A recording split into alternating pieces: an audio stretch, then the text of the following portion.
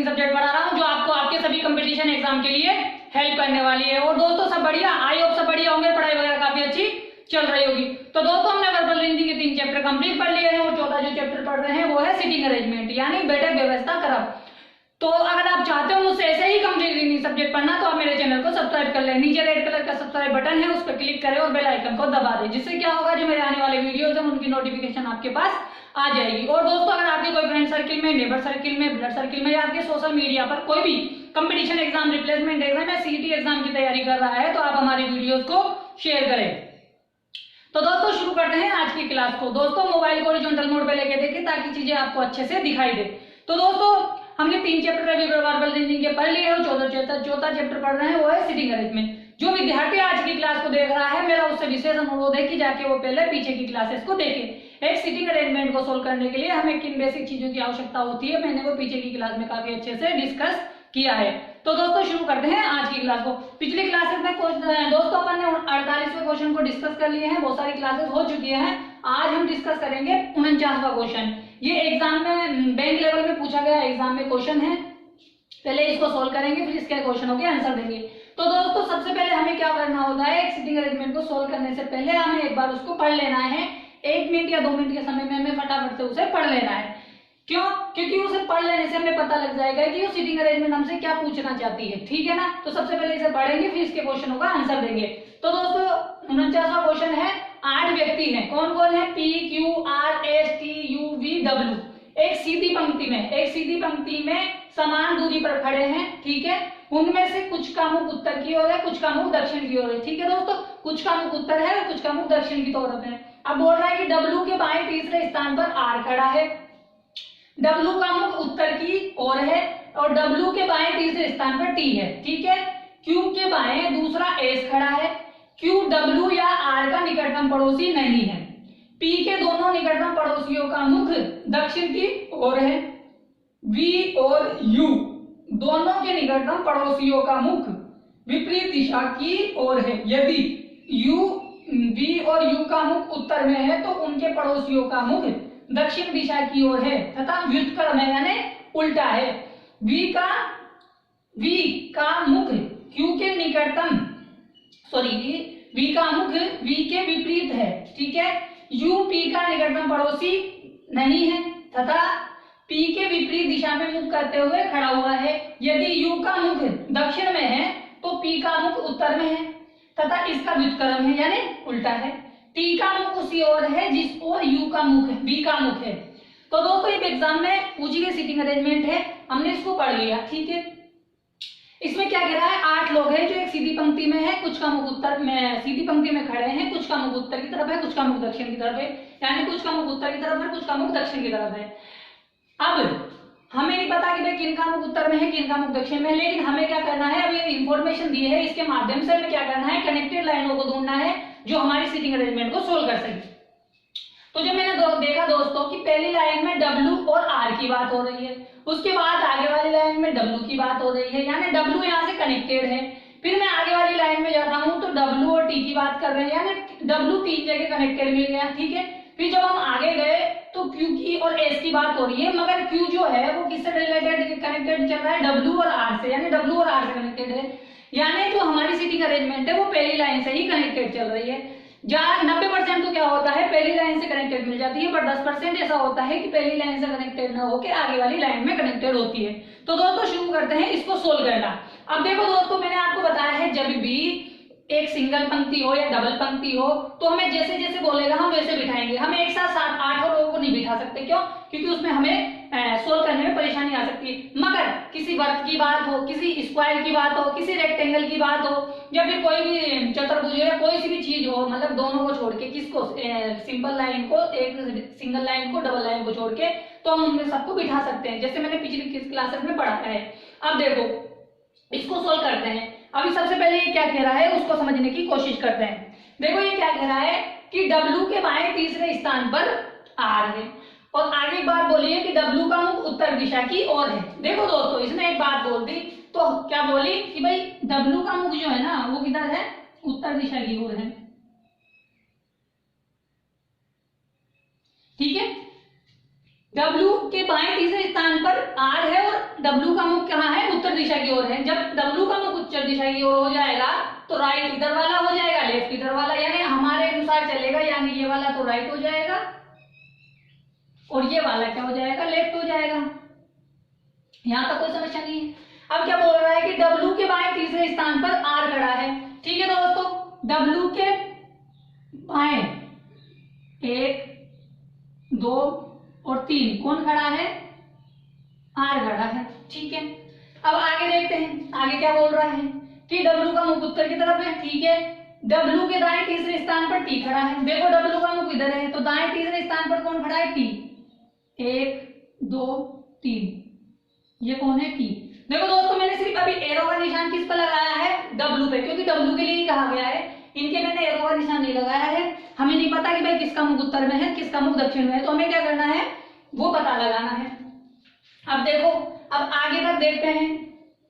Q के बाएं दूसरा कौन है, S है, और Q जो है W या R का निकटतम पड़ोसी नहीं है। अब देखो दोस्तों कि Q जो है ना वो R और W का पड़ोसी नहीं है। ठीक है, देखो जो W है यहाँ नहीं बैठ सकता, यहाँ बैठेगा तो किसका पड़ोसी हो जाएगा, R का, यहाँ बैठेगा तो W का पड़ोसी हो जाएगा, यहाँ बैठेगा तो W का पड़ोसी हो जाएगा। अब देखो जगह बची 1 यहाँ पे। अब आप ये देखो कि भाई अगर मान लो मैं यहाँ पे बिठा दूं, किसको, Q को बिठा दूं, Q को बिठा दूं यहाँ पे, और Q का मुख मैं किधर कर दूं, ऊपर की तरफ कर दूं। ठीक है, तो क्या Q के बाएं, जब Q का मुख उत्तर में होगा तो क्या Q के बाएं दूसरे स्थान पर W बैठ सकता है, S बैठ सकता है क्या, Q के बाएं दूसरे स्थान पर 1 और 2 S नहीं बैठ सकता। ठीक है, तो कोई बात नहीं, तो हम क्या कर सकते हैं कि भाई इसका मुख किधर कर सकते हैं, इधर कर सकते हैं। जब हम इधर करेंगे इसका मुख तो 1 और 2, यानी इसका बायां इधर वाला हो जाएगा। जब ये बायां इधर है तो क्या एक व्यक्ति इधर बैठ सकता है, बिल्कुल बैठ सकता है। अभी तक हमारे पास कितने व्यक्ति आए थे, 1 2 3 4 5 6 और 7 आए थे, लेकिन ये आ गया, यानी 8वां व्यक्ति आ गया। अब हमारे पास एक कंडीशन ये आ गई कि भाई हमारे पास Q यहाँ बैठा है तो यहाँ पे एक व्यक्ति बैठेगा, लेकिन पता नहीं कौन है, वो S है। ठीक है, ये लीजिए, हमने बिठा दिया S को। लेकिन क्या दोस्तों ऐसा नहीं हो सकता क्या, क्या यही कंडीशन बन सकती है क्या, एक कंडीशन और भी तो बन सकती है। कैसी बन सकती है, देखिए,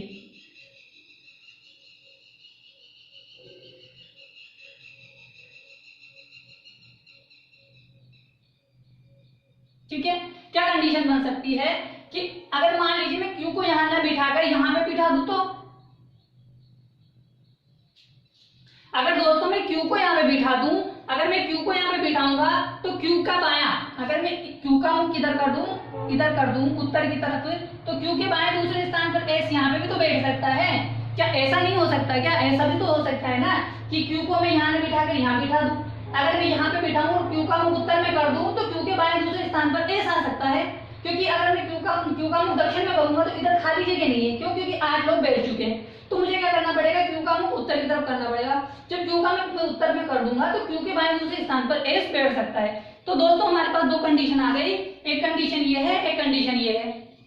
ठीक है, या तो ये कंडीशन सही होगी या ये कंडीशन सही होगी। अब हमें क्या करना है, फाइंड आउट करना है कि कौन सी कंडीशन सही या गलत है।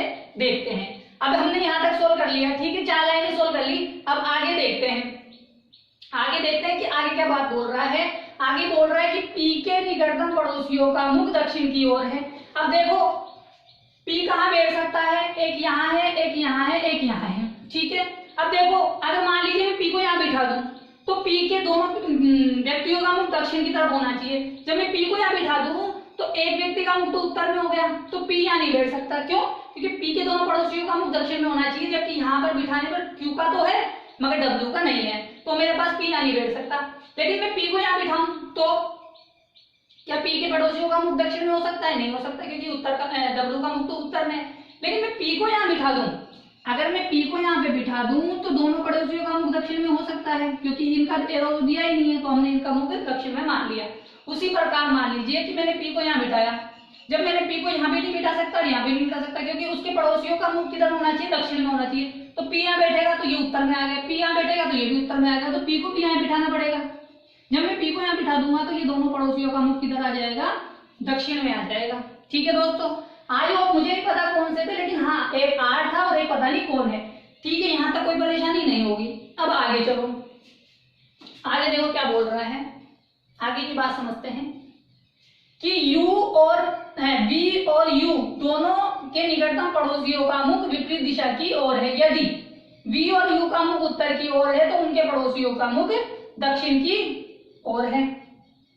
ठीक है, तथा उनका व्युत्क्रम यानी उल्टा है। और एक बात और बोल रहा है कि V का मुख Q के विपरीत दिशा की ओर है। अब देखो Q यहाँ पे बैठा हुआ है, Q का मुख किधर है, दक्षिण में है। तो देखो V यहाँ पे बैठ सकता है और V यहाँ पे बैठ सकता है। अब ये देखना है हमें कि मान लीजिए मैंने यहाँ पे बिठा दिया V को, तो क्या V के दोनों पड़ोसियों का मुख विपरीत दिशा में हो सकता है, मतलब इधर की तरफ हो सकता है? बिल्कुल हो सकता है, अगर यहाँ बिठा दूं तो। लेकिन क्या मैं यहाँ पे V को बिठा दूं तो क्या दोनों का एक विपरीत दिशा में है? देखो एक का तो इधर है और एक का इधर है, यानी दोनों का एक ही दिशा में होना चाहिए, या तो उत्तर में होना चाहिए या दक्षिण में होना चाहिए। तो मैं V को तो यहाँ बिठा नहीं सकता, लेकिन V को मैं यहाँ बिठा दूं तो V के दोनों पड़ोसियों का मुख विपरीत दिशा में कर सकता हूँ। किधर? अगर इधर इसका मुख किधर है, दक्षिण में, उत्तर में है, तो इसका मुख भी मैं दक्षिण में कर सकता हूँ। उसी प्रकार देखो यहाँ पे बिठाऊं मान लो किसको, मैं V को, तो V के दोनों पड़ोसियों का मुख किधर हो सकता है, उत्तर में हो सकता है। ठीक है, इसका भी हो सकता है उत्तर में और इसका भी हो सकता है ना। अब देखो ये क्या बोल रहा है, सॉरी एक बात और बोल रहा है कि V का मुख Q से विपरीत है। अब यहाँ पे बिठा दूं मैं तो Q से विपरीत का मतलब इधर की साइड होना चाहिए U का मुख। ठीक है, और अभी U यहाँ पे भी बैठ सकता है। ठीक है ना। अब देखो कंडीशन को समझने की कोशिश करना, यहाँ पे अपन ने बिठा लिया, अब यहाँ पे U को बिठाने से पहले हम यहाँ पे U को बिठा के देख लेते हैं।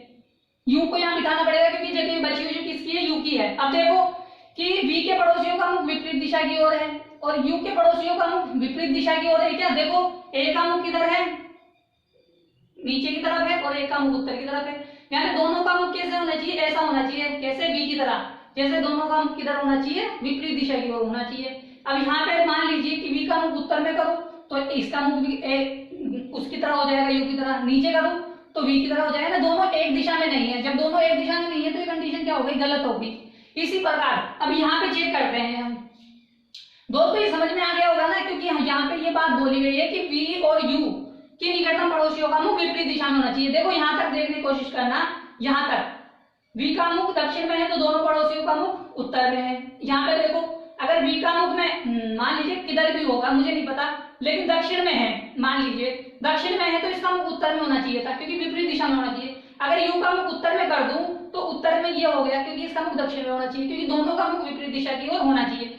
अब देखो अब हमें देखना पड़ेगा कि मैं एक बार तो यहाँ पे V को बिठा दूं और एक बार यहाँ पे U को बिठा दूं। ठीक है, अब इसने क्या बोला, इसने बोला कि V का मुख Q के विपरीत दिशा की ओर है। ठीक है, यहाँ पे बैठ गया Q और यहाँ पे बैठ गया V, यानी विपरीत दिशा की ओर है। यहाँ पे मुझे नहीं पता था, मैंने बस बिठा के देखा है कि ऐसा हो सकता है क्या। देखो अगर मान लीजिए V का मुख किधर है, इस दिशा में है, तो मैं इसका मुख विपरीत दिशा में कर सकता हूँ। दोनों पड़ोसियों का मुख जैसे भी मैंने ऊपर किया था, इन दोनों का मुख कर सकता हूँ। अब एक देखो, अब मान लीजिए ये कंडीशन बैठ गई। अब इस कंडीशन को देखो, क्या V के दोनों U के दोनों पड़ोसियों का मुख उत्तर क्या नाम है, विपरीत दिशा की तरफ है क्या, हमें नहीं पता, लेकिन हम क्या कर सकते हैं, इसका मुख कर सकते हैं कि भाई हाँ विपरीत दिशा की ओर कर सकते हैं, और इसका मुख किधर कर सकते हैं, इधर कर सकते हैं। यहाँ तक कोई समस्या नहीं आई होगी। अब देखो V यहाँ पे भी बैठ सकता था और यहाँ पे भी बैठ सकता था। ठीक है ना, बैठ सकता था ना, लेकिन आगे कोई बात बोलेगी जिससे हमें पता लग जाएगा कि ये कंडीशन गलत हो रही है या नहीं है। अब देखो कैसे पता लगेगा वो देख लेते हैं। ये बोल रहा है कि U P का निकटतम पड़ोसी नहीं है। ठीक है, कि U जो है P का निकटतम पड़ोसी नहीं है। अगर मान लीजिए मैं U को यहाँ बिठा देता तो U किसका पड़ोसी हो जाता, P का पड़ोसी हो जाता। तो जब P का पड़ोसी हो जाता तो कंडीशन गलत हो जाती। तो इसलिए मैंने क्या किया, U को यहाँ बिठाया और V को यहाँ बिठाया, क्योंकि लाइन में कहा गया है कि U P का निकटतम पड़ोसी नहीं होना चाहिए। अगर मैं U को यहाँ पे बिठा देता तो P का पड़ोसी हो जाता, इसलिए क्या हो जाती, कंडीशन गलत हो जाती। इसलिए मुझे यहाँ बिठाना पड़ा। बिठा के देखा है मैंने, डायरेक्ट नहीं बिठाया, चाहता तो मैं U को बिठा देता। अगर मान लीजिए मैं यहाँ पे U को बिठा दूं, यहाँ पे V को बिठा दूं, कंडीशन तो दोनों सही है, मगर U P का पड़ोसी हो गया ना, तो इसलिए कंडीशन गलत हो जाती। तो मुझे क्या करना पड़ा, मुझे ये मानना पड़ा कि V को मैंने यहाँ बिठा दिया और U को मैंने यहाँ बिठा लिया। यहाँ तक कोई समस्या नहीं है। अब देखो कितने लोगों को मुंह हमारे पास, 1 2 3 4 5 6 7 यानी 7 लोगों के पोजीशन हमारे पास क्लियर हो गया। अब टी का पता लगाना है कि टी किधर देख रहा है। अब टी के लिए एक बात बोल रही थी कि टी, अब टी का, अब एक बात और बोल लो कि पी के विपरीत दिशा की ओर मुख करके, मुख किए हुए है। अब देखो कौन है, कौन है, यू पी का निकटतम पड़ोसी है, पड़ोसी नहीं है, लेकिन पी के विपरीत दिशा में मुख करके खड़ा हुआ है। देखो इसका मुख किधर है, पी का मुख उत्तर में है, बी का मुख किधर है, क्योंकि यहाँ पे मुख अभी हमने डिसाइड किया था, बिल्कुल सही चल रहा है, क्योंकि इसका मुख उत्तर में है, इसका मुख दक्षिण में है, सही बात है, कोई प्रॉब्लम नहीं है। आगे चलो, अभी क्या बोल रहा है, हाँ मतलब ये कहना चाहते हैं यदि यू का मुख दक्षिण में है तो पी का मुख उत्तर की तरफ होगा, यानी दोनों एक दूसरे के विपरीत होंगे, ठीक है। अब टी का मुख उसी ओर है जिस ओर वी का मुख है। अब देखो टी का मुख उसी ओर है जिस ओर वी का मुख है, वी का मुख किधर है, दक्षिण में है, तो टी का मुख किधर होना चाहिए, दक्षिण में होना चाहिए। तो आए दोस्तों, यहाँ तक आपको समझ में आ गया होगा कि सीटिंग अरेंजमेंट को कैसे सोल्व किया गया है। पहली वाली गलत हो गई कंडीशन और दूसरी वाली हमारे पास सही होगी, ठीक है दोस्तों। यहाँ तक कोई समस्या नहीं आई होगी। अगर यहाँ तक आपको कोई समस्या नहीं आई है तो अब एग्जाम में जो क्वेश्चन पूछे गए हैं इस सीटिंग अरेंजमेंट से रिलेटेड उनको हम सोल्व करेंगे, ठीक है। तो आप लोग तैयार है, स्क्रीन में क्वेश्चन आने वाला है, उसका आंसर देने के लिए आप तैयार हो जाइए।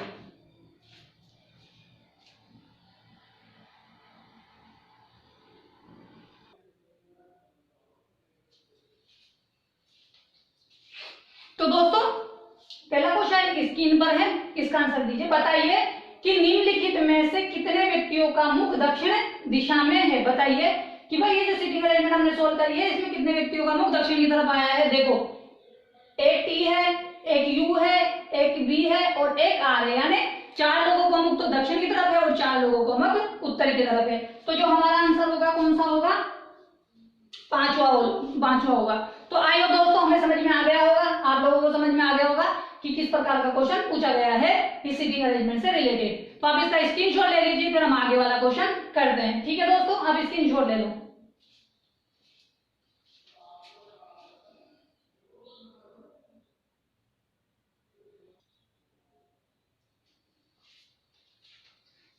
तो दोस्तों बताइए, दूसरा क्वेश्चन है, इसका आंसर दीजिए कि निम्नलिखित में से कौन एस तथा क्यू के ठीक बीच में बैठा है। बताइए, देखो एस यहाँ है, क्यू यहाँ है, एस और क्यू के बीच में कौन बैठा है, टी बैठा है। टी हमारा ऑप्शन कौन सा है, सेकंड वाला है। जब सेकंड वाला है तो हमारा आंसर कौन सा हो जाएगा, सेकंड वाला हो जाएगा। आई हो दोस्तों, आपको समझ में आ गया होगा कि इसका आंसर क्या है, ठीक है। आपने एक बार सीटिंग अरेंजमेंट को सोल्व कर लिया, क्वेश्चन का आंसर देना आसान हो जाता है, ठीक है। आप इसका स्क्रीनशॉट ले लें, फिर आगे वाला क्वेश्चन ले करते हैं जो एग्जाम में पूछा गया है, ठीक है। आप स्क्रीनशॉट ले लो।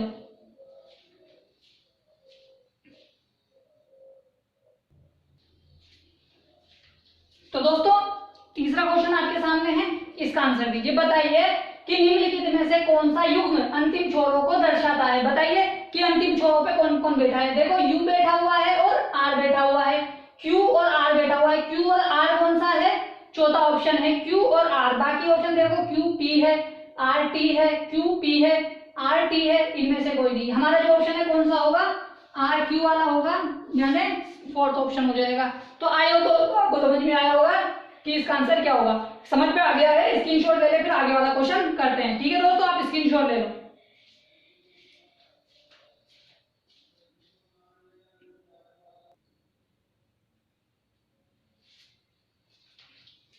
तो दोस्तों बताइए, चौथा क्वेश्चन आपके सामने है जो इस सीटिंग अरेंजमेंट से रिलेटेड पूछा गया है। निम्नलिखित में से कौन डब्ल्यू के एकदम दाएं बैठा है। बताइए कि डब्ल्यू के एकदम दाएं कौन बैठा है। देखो डब्ल्यू का मुख कहाँ है, उत्तर में है, तो जब उत्तर में मुख होगा तो उसका दायां वाला इधर वाला होगा। तो उसके एकदम दाएं पड़ोस में कौन बैठा है, यू बैठा है। यू हमारा ऑप्शन कौन सा है, पहला वाला है। जब हमारा ऑप्शन पहला वाला है तो हमें आगे देखने की जरूरत ही नहीं है, ठीक है ना। आ गया समझ में। स्क्रीनशॉट ले लीजिए, फिर इसका आखिरी क्वेश्चन करते हैं जो एग्जाम में पूछा गया है इस सीटिंग अरेंजमेंट से रिलेटेड, ठीक है। अब स्क्रीनशॉट ले लें, फिर आगे वाला क्वेश्चन करते हैं।